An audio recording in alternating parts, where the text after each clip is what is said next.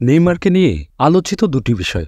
প্রথমটি হচ্ছে কোপা আমেরিকায় খেলা হবে না নেইমারের, আরেকটি হচ্ছে পিএসজি ছাড়াই এমবাপ্পেকে তিরস্কার নেইমারের। প্রথমটি হচ্ছে কোপা আমেরিকায় কেন খেলবেন না নেইমার জুনিয়র আগামী জুনে অনুষ্ঠেয় কোপা আমেরিকা খেলবেন না। বিষয়টি আগেও একবার সংবাদ মাধ্যমে এসেছে।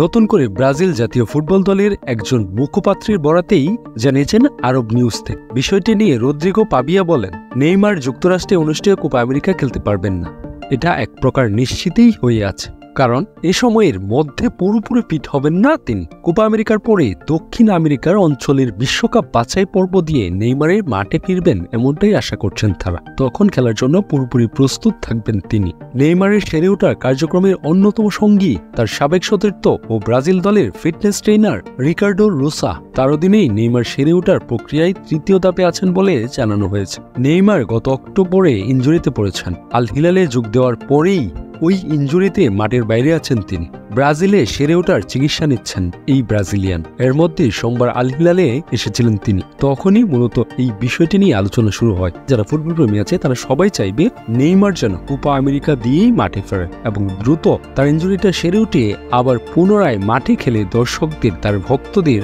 আবার সেই বিনোদনটা দিতে পারে। এই তো ছিল নেইমার কোপা আমেরিকা না খেলার বিষয়টি। এবার আসি পিএসজি ছাড়াই নেইমার এমবাপ্পেকে কি তিরস্কার করেছেন।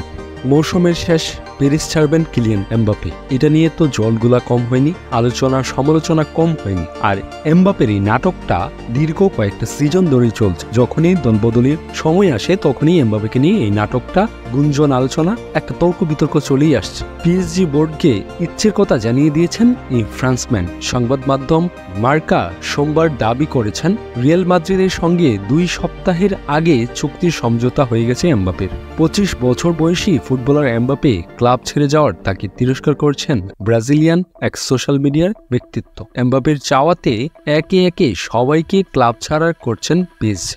এখন ওই এমবাপ্পেই পিএসজি ছেড়ে চলে যাচ্ছেন লিখে পোস্ট করেন তিনি। ইনজুরিতে থাকা নেইমার জুনিয়র তার ওই ইনস্টাগ্রাম পোস্টে লাইক দিয়েছেন। ইনস্টাগ্রামে প্রায় 2 লাখ ফলোয়ার থাকা ব্রাজিলিয়ান জোগাদা ইনসাইনা লিখেন, ক্লাবের চেয়ে কোনো খেলোয়াড় বড় নয়।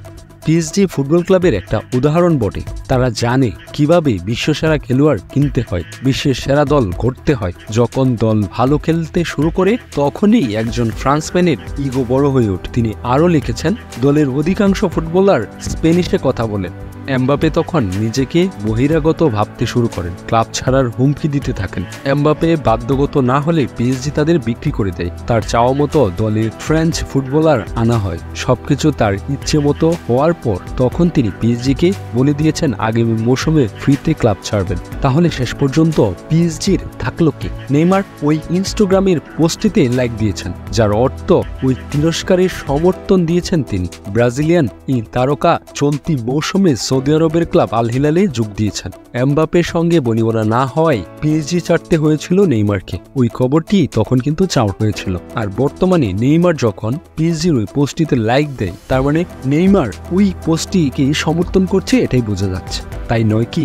তাকে বিক্রি করে এমবাপ্পের চাওয়ায় বার্সেলোনা থেকে লা প্যারিসিয়ানরা ওসমান ডেম্বেলেকে কিনেছেন। এইরকম আর কত কিছু আলোচনা সমালোচনা হয়। আর এমবাপ্পে যে পিএসজির বাধ্য না, সেটা সম্প্রতি কিছু ঘটনা দেখে এমনটাই বোঝা গেছে। তো শেষ পর্যন্ত দেখা যায় নেইমারের এই সহমতটা, নেইমারের এই লাইক দেওয়াটা কি এমবাপ্পের চোখে পড়ে কেন, বা এটা নিয়ে এমবাপ্পের পক্ষ থেকে কোনো মন্তব্য আসে কেন? এই তো ছিল এমবাপ্পেকে নিয়ে নেইমারের পিএসজি ছাড়ার তিরস্কার। ধন্যবাদ সবাইকে। আজকের মতো এখানে শেষ। দেখা হবে নতুন কোনো ভিডিওতে খেলার কিছু তথ্য সত্য নিয়ে। সেই পর্যন্ত সুস্থ থাকবেন, ভালো থাকবেন। আসসালামু আলাইকুম।